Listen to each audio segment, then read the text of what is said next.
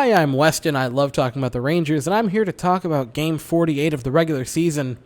Rangers over the Flyers, 4-1. And oh, how so much can change in a 24-hour period, right? Like, there's so much different now than there was yesterday. I'm going to talk about all of that. So getting immediately into it, Alexander Georgiev gets the start in net. Obviously, Shesterkin went yesterday. It's a back-to-back. You're not going to play him the same game or two back-to-back games. So that's obvious. He's in. And I thought he had one of his best games of the season tonight when we really needed it. So immediately in the first period, getting into it. 14:49. Brett Howden gets hooked. So it's a Rangers power play. And on the power play, Artemi Panarin takes a shot, gets blocked, he gets his own rebound, passes it around the boards back to Mika Zibanejad. Zibanejad gets it, he passes it over, a little pass over to Fox. Fox sends it back over to Artemi Panarin. And Artemi Panarin, man, with just the perfect little pass over to Chris Kreider. A perfect pass for a tip-in the Chris Kreider blue paint spot. And now it's 1-0 pretty quickly in the first period on a power play goal for the Rangers. Now, 13-13, relatively soon after there, Ryan Lindblom, probably mispronouncing that, he gets a goal, and he just kind of pokes it past Alexander Georgiev. Now, I'm going to be honest. I thought he touched Georgiev. I thought you could see his pad and glove, or not pad, but his blocker and glove get jostled by him on his way past, which I don't think that small of, contact should be goalie interference. I don't think that's what that is. But since we've seen that called before, and that happened, he made contact, you kind of go there and you think, should that have been goaltender interference? Now, I'm happy that David Quinn didn't challenge it because I don't think there was any real chance you could challenge it. But I'm probably just an idiot, right? I thought he nudged him. Maybe he didn't really. Maybe that was just Georgiev getting in position to make a save potentially. But I thought he kind of bumped him. I thought it could have been something. It wasn't called back. It stood. Obviously, there was another goal waved off in this game much later on. But now it's 1-1 with about 7 minutes gone in the first period. But not for long, because a minute later, Alexis Lafreniere has the puck.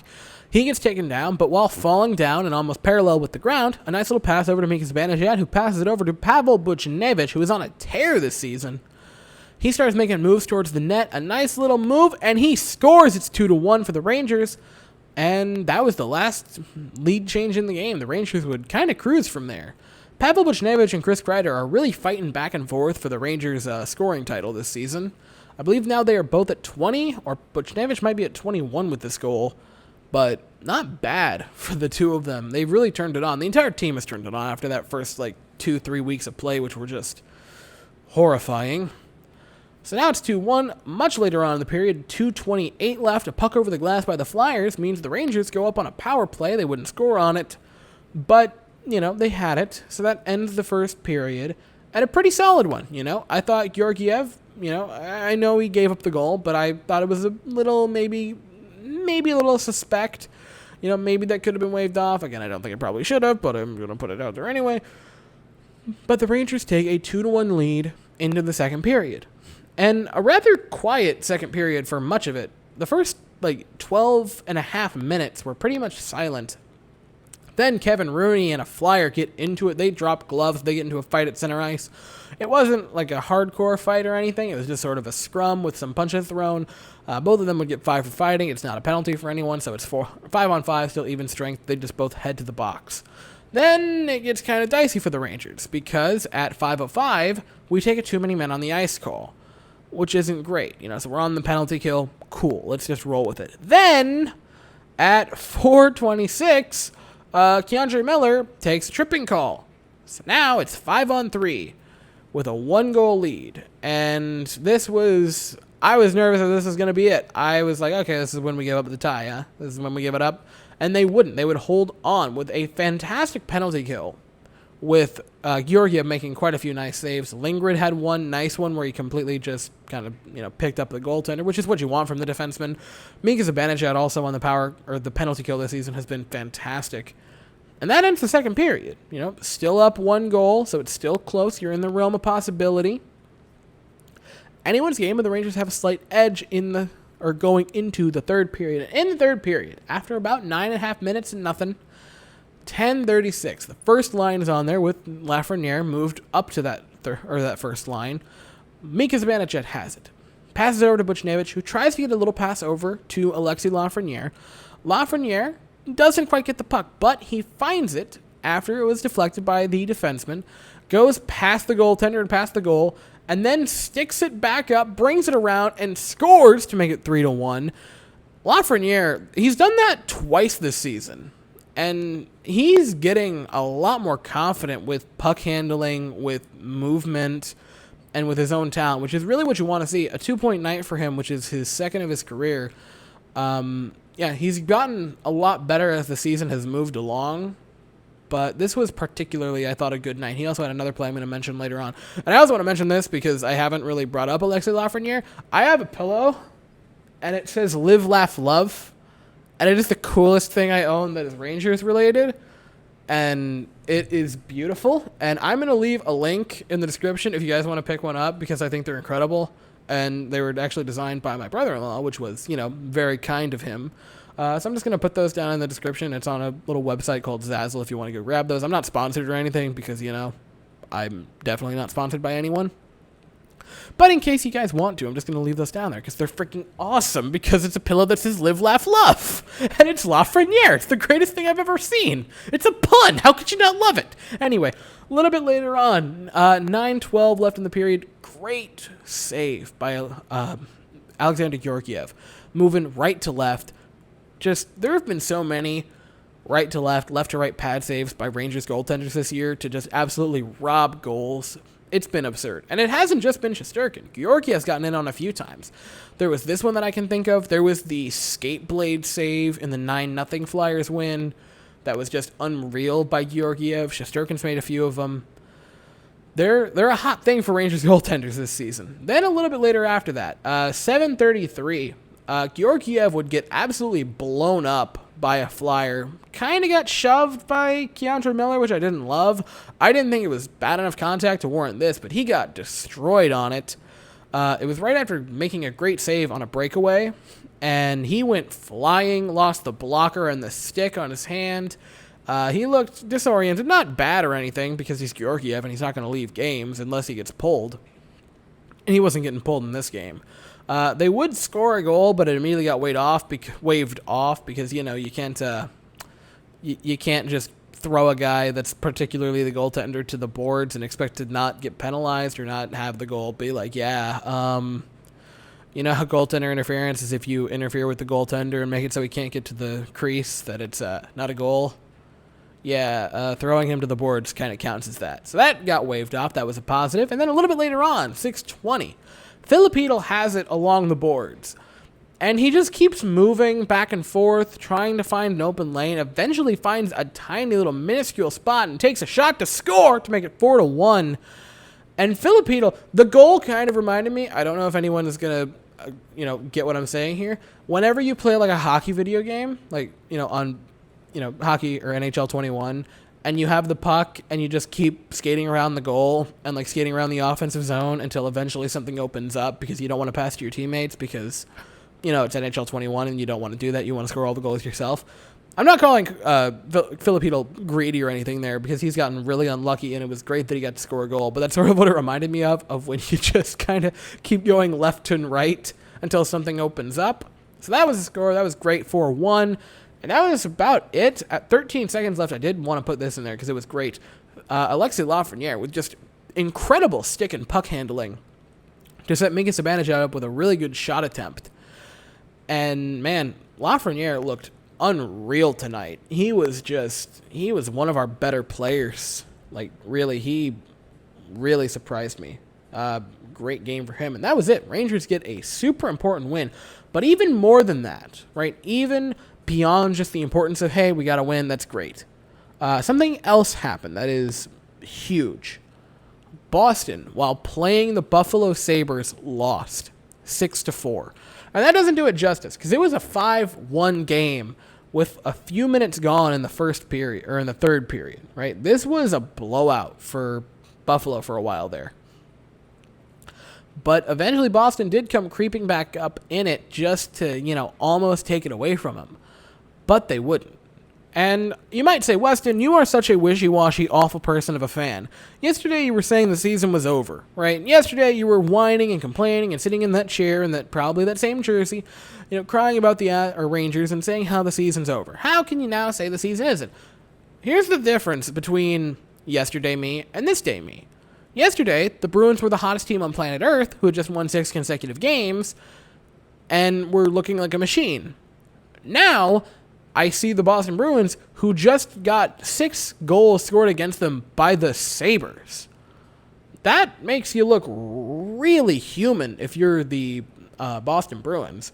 And with their schedule, it's not exactly perfectly a cakewalk. There are some hard games coming up on the schedule remaining. They have 2 against Pittsburgh. They do have another 2 against Buffalo. But then you have 2 against the Devils. I could see them splitting that series. The 2 against the Rangers. And then a back-to-back in Boston against the Islanders, and then on the road against Washington to round out their season. So if you lose both games against Pittsburgh, which I know that's a stretch, but they are road games, and Pittsburgh is really gunning for that number 1 spot in the division. You lose, Buffalo takes both, or you win both games against Buffalo, right? Split the Devils series. Some miracle the Rangers win both. And you say take one of the final 2. So you win the Islanders game and lose against Washington to round it out. If the Rangers can go on a streak with their remaining games, and I want to get their schedule up because I talked about this a lot yesterday, but I want to do it again. Rangers have Buffalo, Islanders, Washington, Boston. Now, a lot of these games, right, most of them, 5 of the last 8 are in New York. They're in Madison Square Garden. So if you can win all of the games in Madison and then take the 2 games against Boston, and I know those are incredibly unlikely things to happen, but I'm just putting it out there. You lose the Islanders game. I'm good with that, right? It's the Islanders. They're a very good team, what have you. But it's in the realm of possibility. It's back to a possibility for the Rangers, especially now with Boston looking very mortal with this absolute just blowout against Buffalo tonight. Because again, you might say, oh, it was a 2-goal game. It was a 4-goal game at one point. But man, now being 6 points behind them really just makes you heartbroken to know what it would be like if we didn't just completely whiff on yesterday's game and we actually pick that up and we go into tonight after tonight and you're only 4 points behind them. That would be that's hard right now. But it's going to be difficult to do anything if you're the Rangers right now. All you can do right now is just play the best hockey we can play and march, because it's a very uphill climb. It is a steep mountain to climb right now for the Rangers, but all you can do is try. And it is within the realm of possibility. Like, it would take a lot of circumstances to happen, right? But it still exists there. And especially with a game like this, to make Boston look incredibly mortal just really makes you think about that maybe it is possible. For the Rangers tonight, Georgiev, fantastic, 26 of 27. Great game for him. The only goal was, maybe a little interfered with. So I thought massive win for the Rangers and a really big position for him to come in as the backup, which is fantastic. Lafreniere, I thought, had a really, really good game, an assist and a goal. And by the way, this is crazy to me. He actually had more minutes than Panarin on the ice. I want to get the exact ice time because he had, if I'm not mistaken, over 17 minutes for young Alexis Lafreniere. He had 17:49. Panarin had 16:58. Lafreniere actually had more time than Strome and Kreider. Like, that's incredible.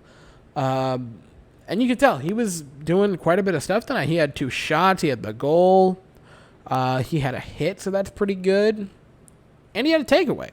So, man, Alexis Lafreniere starting to develop, which is fantastic. That's a big thing from this season that we wanted to see for Alexis Lafreniere. And he's, a slow start, very slow start, but who on the Rangers wasn't guilty of a slow start? So he's starting to get it together now, which is very good. I also thought this was, I thought Zach Jones had a pretty decent night, only 13 minutes on the ice, but he had a few hits. I thought he looked much better tonight than he did last night. Granted, I think he only played like 6 minutes last night, but I thought he looked good. Definitely held his ground tonight a lot better than he did yesterday, which is a positive. And again, we're down to like the few last games, so we're really now just sort of playing with line, seeing maybe who has chemistry going into next year theoretically, since I don't know how realistic playoffs are. I really liked Kravtsov having some time with Panarin. That was really good. There was a moment where it was Panarin, Kravtsov, and Kakko, which that would not be a line because you're having 3 wingers out at the same time, so that was definitely just a mix-up with line changes. But that was interesting to see them. They had, I believe there was one really good chance. I think it was for Panarin from a Kravtsov pass or Kravtsov from a Panarin pass. I can't quite remember, but that was enticing. That was good. I like Lafreniere on the first line a lot, and I think Kreider is helping out the third line a lot. So I like the line changes. I'm actually saying nice things about David Quinn right now, which is unexpected with how I started the season. But yeah, this is a massive game for the Rangers to pick up. 6 points behind Boston now again. There's still a little bit of time. There's 8 games left for the Rangers to make up 6 points. So that's all I have. The Rangers play again Sunday. It's at Buffalo, or against Buffalo. And it starts at 6. I assume Igor Shesterkin will probably start, and I'm guessing unless Jacob Trouba's back, it will be the same exact lineup as right now. And that's really all I have to say for the game. So thank you all so very much for watching. I hope you all have an absolutely fantastic day. As always, go Rangers.